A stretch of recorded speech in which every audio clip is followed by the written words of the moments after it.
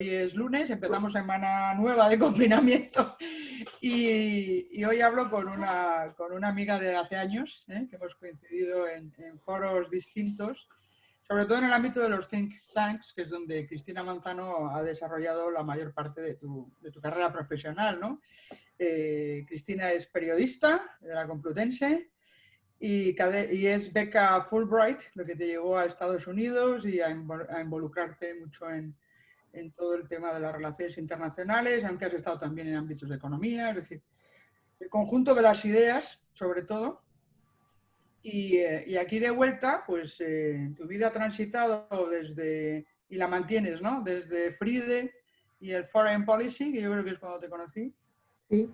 para formar ahora lo que es global. Que yo Uh-huh. estaría por ahí, Cristina, antes de adentrarnos en otras disquisiciones, que nos contaras. He visitado la página y está muy bien, converge mucho con lo que estamos aquí hablando en Relatia y me gustaría que nos contaras qué es global. Pues mira, Es Global es una publicación, plataforma, ahora en esos formatos indefinidos, híbridos que manejamos gracias a Internet, de análisis sobre todo tipo de cuestiones globales en español.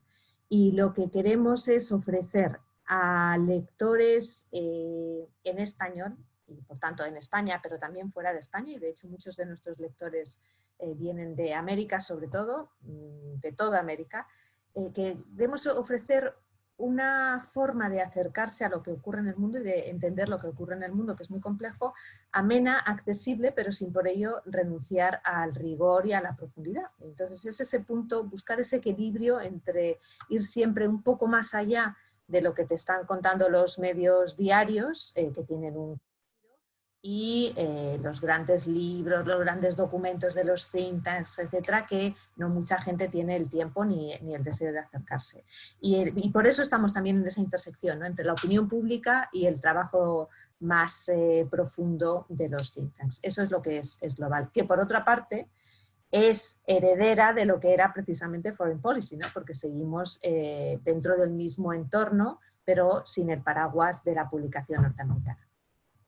Está muy bien, pero yo creo que en este mundo que estamos viendo con su crudeza en el confinamiento de las desinformaciones, del exceso de información, de los famosos bulos y fake news, es verdad que todos nos hemos puesto muy contentos por acceder a la información que antes estaba intermediada por los medios de comunicación tradicionales, por el propio gobierno o por los think tanks, los grandes think tanks, que como tú bien dices, podían ser accesibles, pero no había quien los entendiera porque quizás eran demasiado profundos.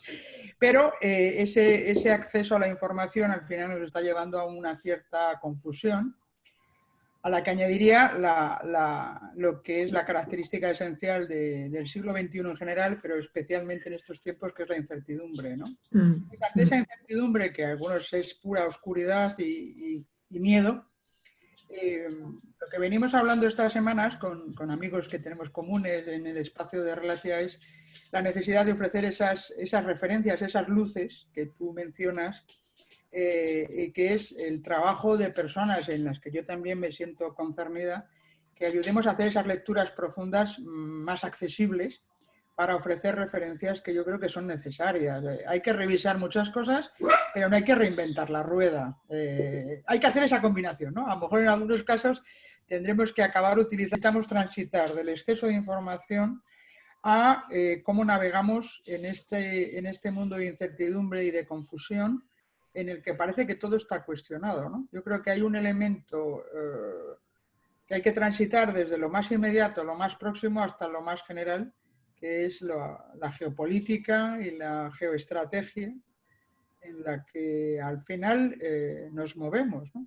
Hablaba el otro día con Emilio Lamo de Espinosa y decía, al final la conclusión era, somos conscientes de que ya somos una sociedad global, pero nos falta gobierno en un sentido amplio, ¿eh? Esos esquemas que nos permitan articular soluciones, etcétera, ¿no? No sé cómo estás viendo ahora la evolución de todo este marasmo de discusiones, de reflexiones.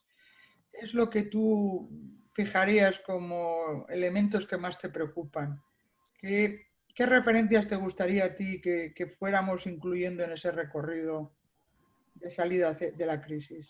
Pues mira, has hecho un recorrido desde lo más cercano, que es lo individual, si quieres, hasta lo más global, ¿no? Y estoy de acuerdo en todo lo que has planteado. Con respecto a qué es lo que más me preocupa y dónde estarían las referencias. Una de las cosas que más me preocupa, bueno, lo que creo que está pasando en estos momentos, y no es un análisis mío, es compartido por un montón de observadores, es que esto del coronavirus lo único que está haciendo es acelerar procesos que ya estaban en marcha. O sea, realmente no creo que el día de mañana, cuando salgamos de todo esto, vayamos a un mundo radicalmente nuevo, ni mucho menos, ¿no?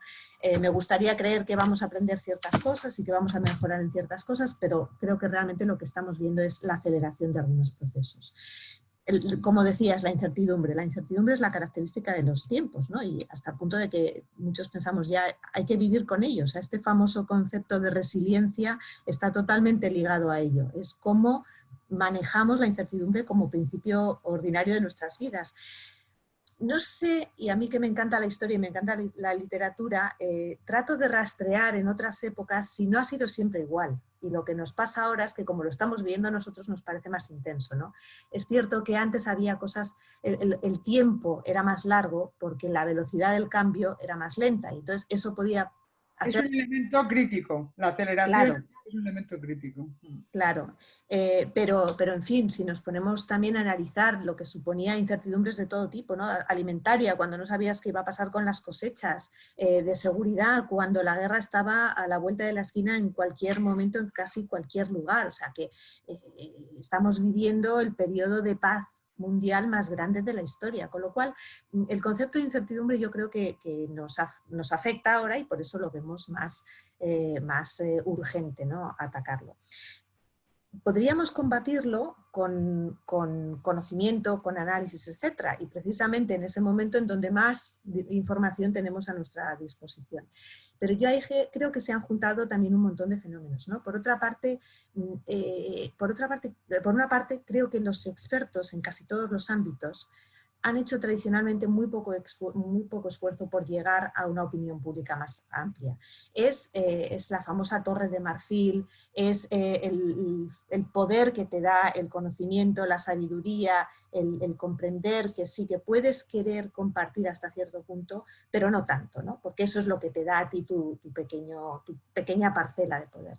Y creo que eso se ha notado en muchos campos. Yo siempre soy muy crítica con dos específicamente. Uno, el cambio climático. El cambio climático, yo digo, ha estado secuestrado, entre comillas, por los expertos que utilizaban una jerga y unos conceptos que a la gente le llegaban muy de lejos, ¿no? No podemos seguir hablando de cambio climático en toneladas de emisiones, porque no lo ves, no es algo que te diga algo, ¿no? Cuando la gente del campo, y antes hablábamos de nuestros orígenes, lo tenía muy claro, porque lo estaban viendo el día a día, ¿no? Pero los expertos y la forma de llegar seguían siendo muy opacos. Para mí el otro campo es el de la cooperación internacional, en donde también, en vez de hablar de por qué es importante contribuir al desarrollo de otros que tenemos aquí al lado en muchos casos, pues nos dedicábamos a hablar de una jerga y de una manera totalmente opaca. Entonces se ha juntado ese poco esfuerzo que durante mucho tiempo han hecho los expertos con un exceso de información y con toda la avalancha que nos ha traído Internet, las redes, etcétera, en donde ahí lo que estamos compitiendo es por la atención. Con lo cual, si juntas algo un poco complejo, medianamente opaco, con la capacidad de llamar la atención, pues pierdes la guerra siempre con los memes, con los titulares rápidos, etcétera, etcétera, ¿no? Entonces, creo que ahí sí que hay una toma de conciencia y efectivamente los think tanks son un puente imprescindible para muchas de estas cuestiones. Es más, los think tanks están compitiendo ahora con los medios por ofrecer y por digerir ese análisis y trasladarlo también a capas más amplias de la población. No llegan tan directamente, no lo tienen tan fácil, pero sí que están haciendo realmente ese esfuerzo y desde luego se han convertido en la referencia para muchos medios como base de sus análisis.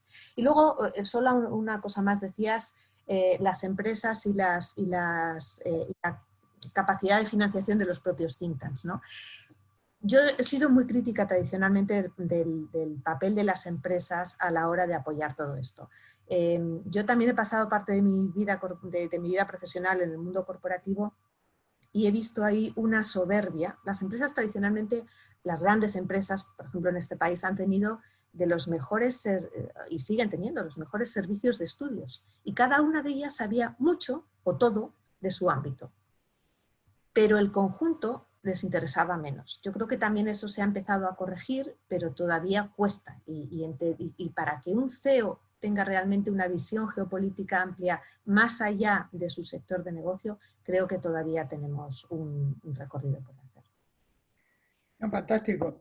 Has hecho una revisión muy importante de cómo podemos articular un conocimiento, que yo te diría que hay un ángulo, o un eje, mejor dicho, vertebral, que es la conciencia de la interdependencia, ¿no? Porque cuando tú estás en tu burbuja, pues ya te apañas. También el mundo académico, ¿no? Era endogámico y sigue siendo un gran... las empresas hasta hace muy poco también, bueno, pues estaban en su sector y no tenían que complicarse la vida. Pero otro rasgo que yo pondría, que te lo he mencionado interrumpiéndote, en el siglo XXI, que es la aceleración, o sea, los tiempos se aceleran y es verdad que viene muy espoleada por la conectividad, que es a lo que iría, ¿no? Con la conectividad digital, el famoso efecto mariposa, ¿no? Que este fin de semana había algún artículo interesante sobre esto, hace que tengamos además una visión de todo lo que está pasando en el mundo en tiempo real. Entonces eso es como, ¿no? Es exponencial realmente la información a la que tienes acceso y de esa manera están impactando en tu comportamiento. Y en el caso de las empresas, que también te quería hacer esa acotación, lo que ha ocurrido es que le han venido los competidores de fuera de su sector a comerse el queso, que ya es muy viejo lo del queso, pero han venido de fuera a comerle la tostada. Y eso les ha obligado a decir, ostras, tengo que salirme de mi caja, tengo que salirme de mi mundo a ver qué pasa alrededor, para ver por dónde me vienen las cosas, ¿no? Y ese salto a tener una visión global no es fácil, Cristina. Yo, que mi carrera desde el principio como economista opté por esa vía ¿no? de ser economista general, o generalista, mejor dicho, es difícil, ¿no? Es difícil, cada uno tiene que estar en su especialización y creo que en estos años del siglo XXI también vamos deambulando entre la especialización ¿sabes? Y el generalismo.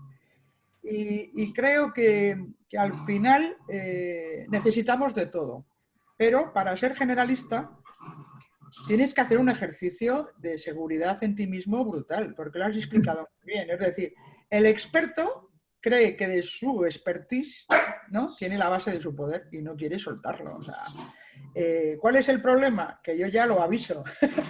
O compartes y aportas algo, o la inteligencia artificial con su capacidad de procesar toda la información que durante muchos años les ha costado, incluso hasta los médicos, la vas a tener en un zas, ¿no? Entonces yo creo que la diferencia va a venir, como tú bien decías, y yo estoy totalmente de acuerdo, de la capacidad que tengas de pedagogía para buscar qué es lo esencial de tu disciplina que tienes que conectar sí o sí con otras, porque de ahí Totalmente. es sacar un conocimiento diferencial que es más innovador, que es lo que necesitamos en este momento, ¿no? Es decir, reinventemos la rueda, es que con generar propuestas coordinadas en una especie de, como poníais vosotros en vuestra página de Desglobal, una conciencia colectiva, yo daría un paso siguiente, que es esa inteligencia colectiva para aportar propuestas en ese mundo en el que somos, como decíamos, sociedad global, pero necesitamos articular propuestas globales para responder desafíos como los que tú has mencionado, empezando por el cambio climático.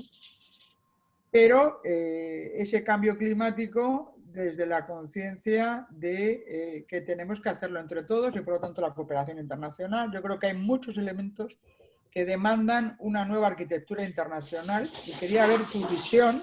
Yo claramente veo que estamos en una fractura, no sé si en este momento es desglobalización, que sería el fenómeno económico, pero también una fractura del multilateralismo que estructura esa manera de articular propuestas comunes, ¿no?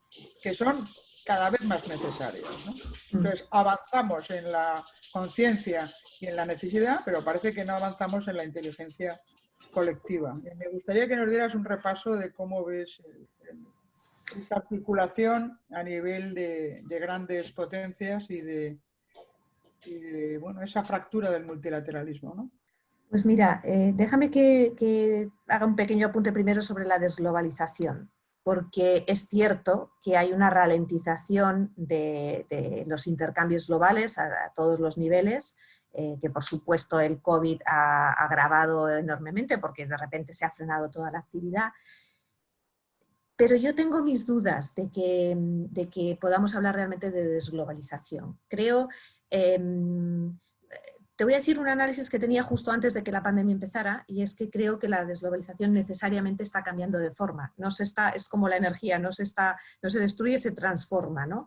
Y creo que es necesario porque hemos visto muchos desajustes y muchas disfunciones en los últimos años provocadas por determinados excesos, pero yo soy de las que creen que la globalización es un proceso de la humanidad, es una forma de evolucionar de la humanidad y que en buena medida es imparable. Y creo que sí es necesario corregirla y corregir los excesos, pero creo que es imparable. Uno de los argumentos que yo utilizaba para esto es que así como los intercambios comerciales de mercancías, sí es cierto que llevan ya muchos años cayendo, en el peso que tienen en el PIB global, no tanto en el volumen absoluto, sino en el peso que tienen en el PIB global. Es verdad que llevan varios años cayendo, pero también es verdad que el intercambio de servicios comerciales ha seguido creciendo. Todo esto, insisto, hasta que empezó la pandemia, y sobre todo lo que ha aumentado exponencialmente es lo que tiene que ver con los movimientos de personas, ya sean por migraciones, ya sean por crisis, por conflictos, por desplazamientos, ya sean por turismo. Y el turismo puede ser de ocio o puede ser de empresa, ¿no? Es cierto, ahora mismo estamos agobiadísimos aquí por el impacto que precisamente el parón del turismo va a tener en nuestra economía y también en muchas de las economías que nos rodean, ¿no? Pero, insisto, con ese paréntesis que introduce esta crisis, para mí era un proceso que está en marcha y que se está transformando. ¿Cómo se conjuga eso con algo que has dicho que estoy totalmente de acuerdo, y es que la gobernanza global que teníamos y que tenemos no nos sirve, y lo estamos viendo día a día? Estamos viendo los ataques permanentes que está recibiendo ahora la Organización Mundial de la Salud, pero es que muy poco antes, a finales de diciembre, hemos entrado en la gran crisis de la Organización Mundial del Comercio por la falta de acuerdo entre China y Estados Unidos por cosas técnicas, ¿eh? No estamos hablando de los principios, estamos hablando de cosas técnicas que afectan al final al comportamiento de la organización, que ha permitido introducir un cierto manejo de esa globalización, ¿no? Pero luego tenemos también las disfunciones de Naciones Unidas, y es especialmente dramático este año cuando se cumple el 75 aniversario. O sea, estoy harta de oír y de repetir, si no hubiera Naciones Unidas habría que inventarla, por supuesto, pero también hay que hacer que funcione, ¿no? Yo estoy en un grupo de apoyo de trabajo a un proyecto muy interesante que se ha traducido en un libro que se ha publicado recientemente, precisamente sobre cómo reformar las Naciones Unidas para la gobernanza global que requiere el siglo XXI. Y cosas que plantea ahí, a partir de lo que planteaba la propia Carta de las Naciones Unidas y evoluciones posteriores, pero está claro que no sirve para abordar los desafíos globales tal como los conocemos hoy, ¿no? Ni las pandemias, ni el terrorismo internacional, ni el cambio climático, ni siquiera la estructura financiera internacional, ¿no? Porque tenemos a un Banco Mundial y a un Fondo Monetario Internacional que han entrado en competencia con otras instituciones regionales, algunas lideradas por la propia China, pero que no están realmente cumpliendo su propósito como debieran. Y las propuestas tienen como que las propuestas de este proyecto que comento tiene como objetivo, primero, acercar a la ciudadanía global a esa gobernanza global, porque al final los ciudadanos son los pilares de todo esto, ¿no? Pero también tiene que ver con acercar a otro tipo de actores. Ya no son solo instituciones, es que son las empresas, es que es la sociedad civil. Y ahí, por ejemplo, está el precedente de la Cumbre del Milenio, en donde sí que organizó en torno a un foro que congregó a numerosas organizaciones de la sociedad civil, porque ya la gobernanza global no puede depender solo de los estados, ¿no? Hay muchas otras instancias que intervienen. Entonces, yo creo que estamos en un momento como te decía antes, no crítico, porque nada se va a resolver a partir de ahora, pero sí de acelerar. Yo creo que sí que vamos a ver acelerar el proceso de mayor peso de Asia en la gobernanza global. Es cierto que ahora mismo es un peso desequilibrado, porque seguimos manejando las estructuras y el reparto de poder que se organizó tras la Segunda Guerra Mundial y no refleja el peso que tiene Asia. Estoy viendo una mayor fragmentación en eso, en las tomas de decisiones globales.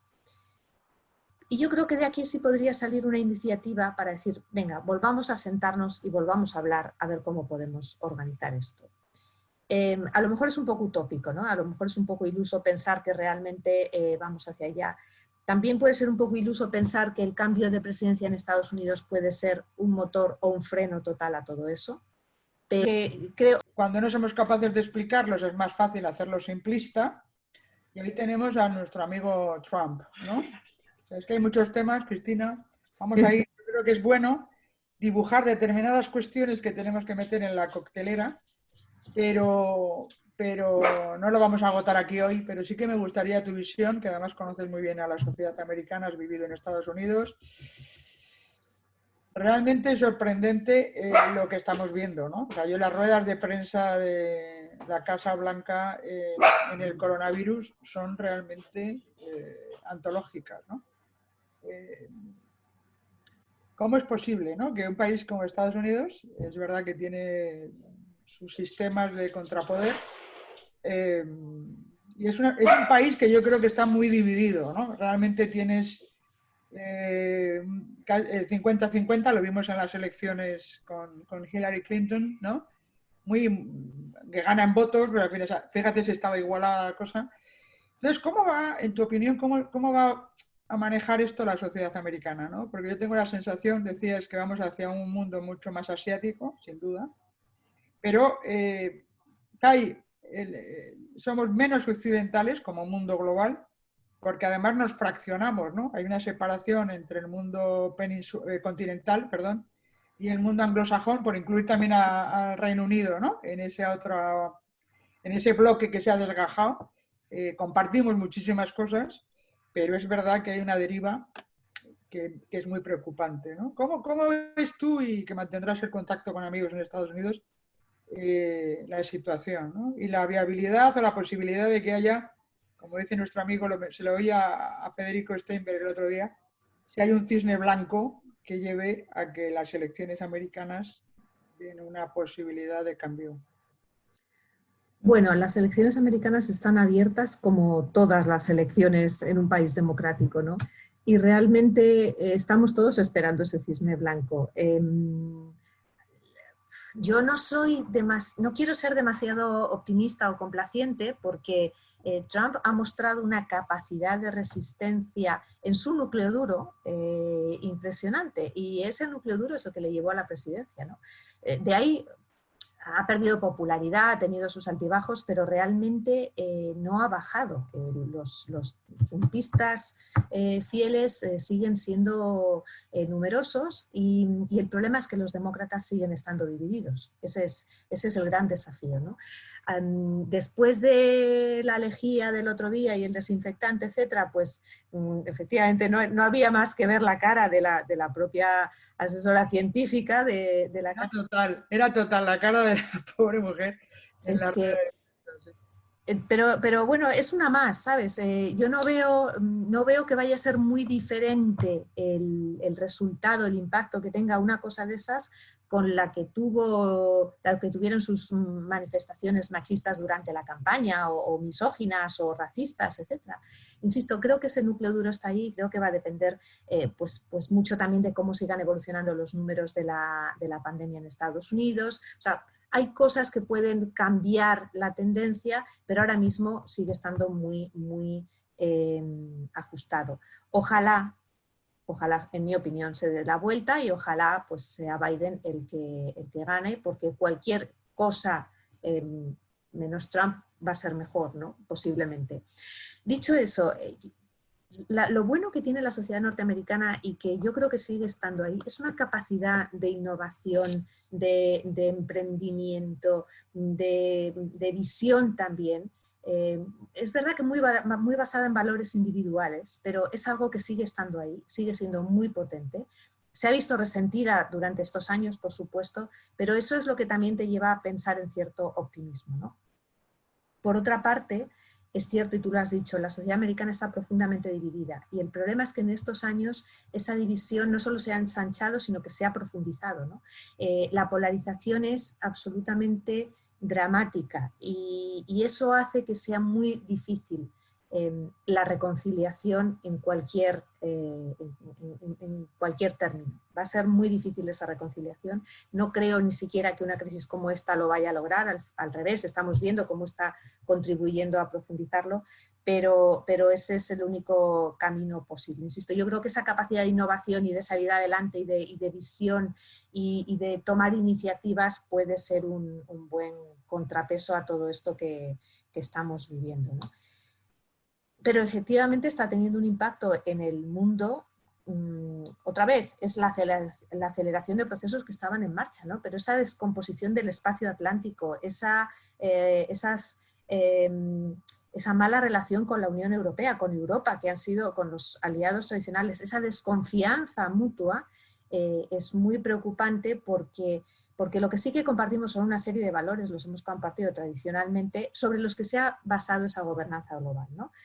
Que yo creo que, insisto, como decía antes, se han ido de la mano en algunos casos, pero que fundamentalmente han proporcionado paz, seguridad y bienestar a muchos miles de millones de personas en los últimos 70 años. Con lo cual, ojalá seamos capaces de reconducir esa visión, ¿no? Volviendo a lo que estábamos hablando del peso de los estados y de la capacidad de coordinar, ahora está faltando esa capacidad de coordinar y para mí, y de proyectar que esa coordinación es necesaria, ¿no? Y quiero traerlo a nuestro terreno y a lo que estamos viviendo en la Unión Europea. La Comisión ha puesto en marcha un montón de, lo mismo, iniciativas, propuestas, etcétera, desde que empezó la crisis. Es verdad que justamente la salud no es su área de competencia y eso se ha visto, se ha reflejado en las actuaciones de cada gobierno, ¿no?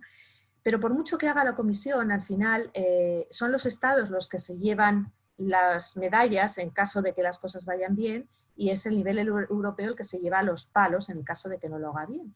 Y también es verdad que ahí al final es necesaria todavía una mayor coordinación en la acción y en la comunicación, porque si von der Leyen va por un lado contando cosas, pero por otra parte los jefes de cada uno de los estados miembros dicen otras, pues la sensación de caos va a seguir siendo permanente. Algo que utiliza Trump, algo que utiliza China y algo que utilizan los populistas dentro de nuestros propios países.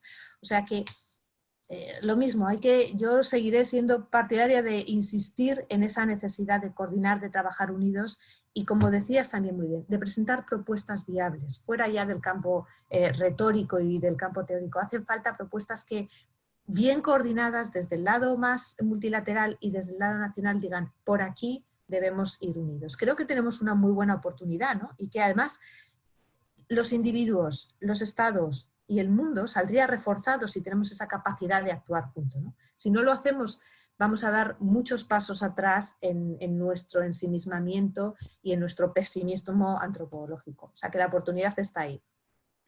Pues con eso que estamos aquí ya en un repunte de esperanza. Bueno. No, yo estoy contigo. Yo creo que así como hemos visto que la ciencia ficción, hay que tener más gente pensando lo impensable y pensando en la ciencia ficción, porque al final se convierte en realidad, desde Julio Verne. Sí.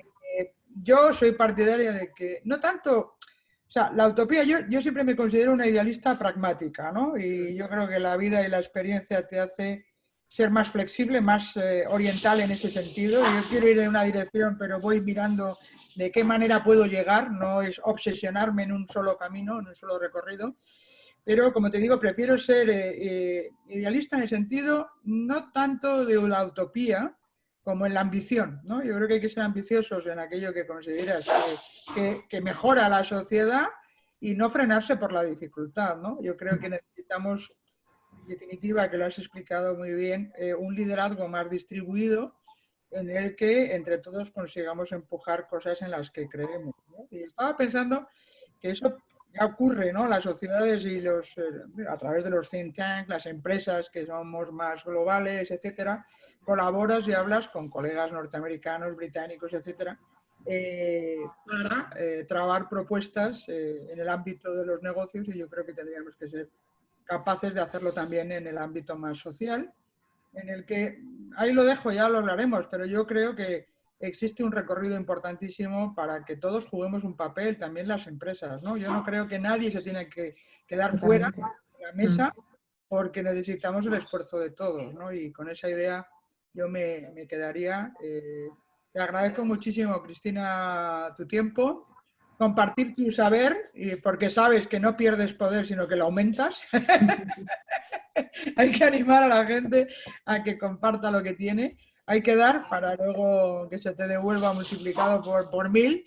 Y en ese convencimiento te lo agradezco un montón. No sé si hay alguna cosa que se te haya quedado en el tintero, sino como escribes en El País te leeremos, pero desde luego ya sabes que aquí tienes tu pequeña casa, tu comunidad, para compartir lo que te preocupa y lo que quieras que impulsemos entre todos. O sea que, Cristina, muchísimas gracias. Un placer.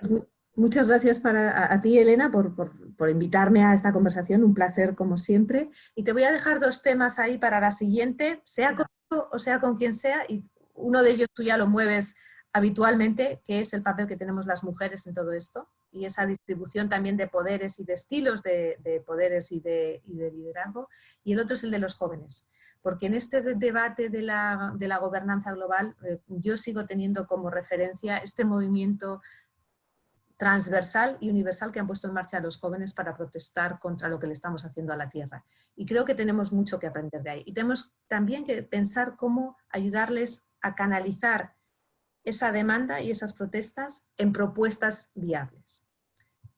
Eso da para mucho.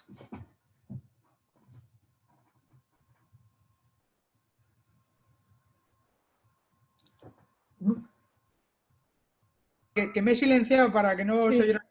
Que en eso estamos y efectivamente yo creo que hay que impulsar y tenemos a mujeres jóvenes en particular con muchas ganas de construir, de trascender, de dedicarse a los demás, y creo que ahí tenemos una cantera para los líderes que necesitamos en el siglo XXI, ¿no?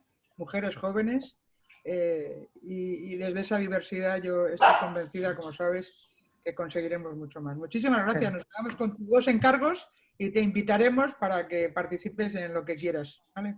Muchas gracias. Un abrazo.